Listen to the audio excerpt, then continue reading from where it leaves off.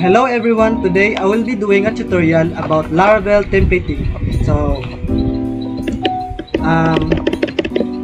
Let's demystify how Laravel builds web pages behind the scenes.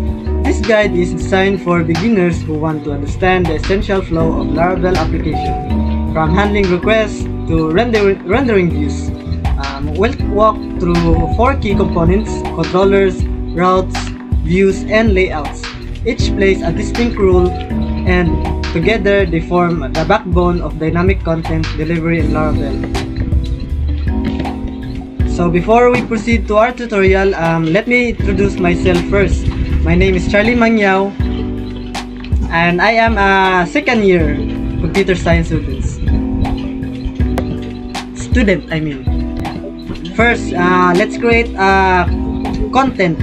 Our content is it's gonna be a home page, about page, and contact page. So here's the step. Here in our VS Code, we see there's a My App folder. So in My App, we have the resources, routes, views. So focus lang tani sa views, since arita diri magbuhat og ato ang content. So ato ang unang content is home. So new file, and magbutang taog, let's say home.blade.php. So na siya sa views. Yes. And then magbuhat taog contact.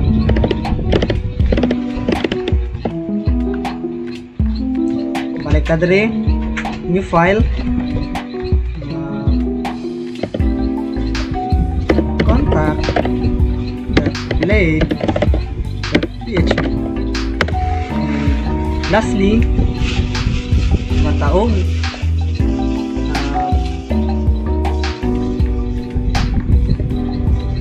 about blade.php. So nanatay mga file sa tuang PHP. So ang ato na lang is ato ang butngan og content. Before ta mo proceed sa ato ang content is ato sa nimbut nga ng ato ang app.blade.php sa atong layouts. So atong ibutang diri is magbutang taog ato ang structure. So before ta magbutang sa mga structure sa diri is magbuhat sa tag partial. So sa atong partial folder is natay additional pages.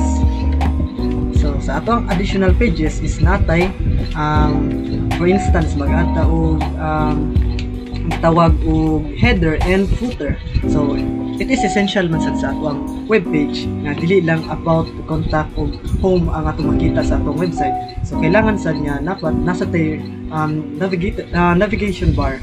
So muna mag-add og header as a navigation bar and footer as a side context. So mag-create og new folder na partials, and sunod sa partials is butang taog let's say so here partials, new file, then magbutang ta diri og header.blade.php, and then atong sunod is footer, new file, footer.blade.php. So nanatay partials. So mag-add sa before ta magbutang og structure sa to ang main nga app na structure is put nga sa nato og block of code ang ato ang header. So butang ta diri so sa ato ang is nakasuwat ang kodan, so ako na lang i-copy paste. So muna ito ang header. So muna ito ang navigation bar, then ito ang unordered list. So sa atong unordered list is natay tulo ka list. So mo ni ang atong muna link sa atong home page, about page, and contact page. Then next arita sa atong blade sa footer. So ang code sa nato sa footer is, so since nanon sa tay code sa atong footer is ako lang sa siyang control paste. So muna yung code, just footer, tags nga footer, and closing tags niya, then paragraph. Then panalitan akong i-edit na lang nasa din ako siya. Muna ako ang sentence diri is my first PHP, my first framework built with Laravel. So muna ito ang footer. And then next balik ta sa ato ang upgrade. Itong ganiha atong i-promise nga abot ka na itong structure. Since I already have my code, so I just paste it here. So if bago pa ninimo ang include no og yield og yes, include og yield is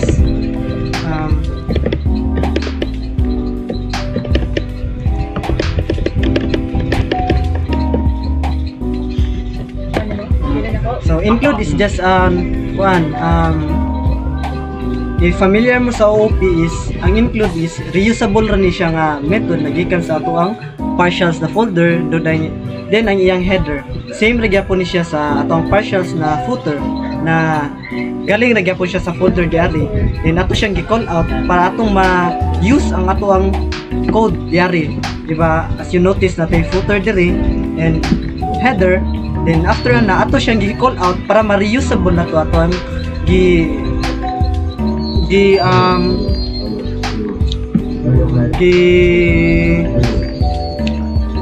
buhat na code, then call out na to siya sa ato ang which is main na to na file.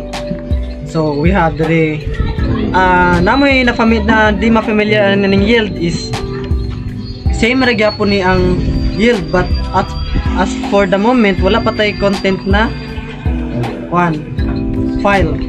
So sorry day sa saba sa since dark video kay magud ang silingan, so pasensya lang sa.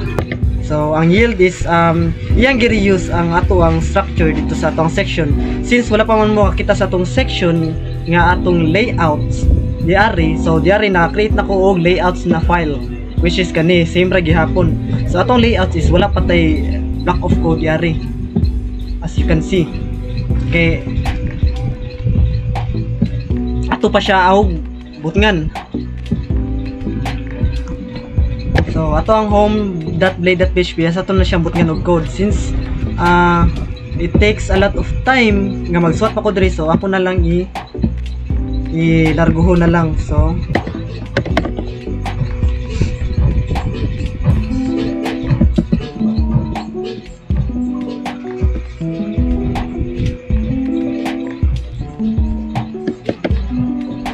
we have the code here. 1, 2, 3, start.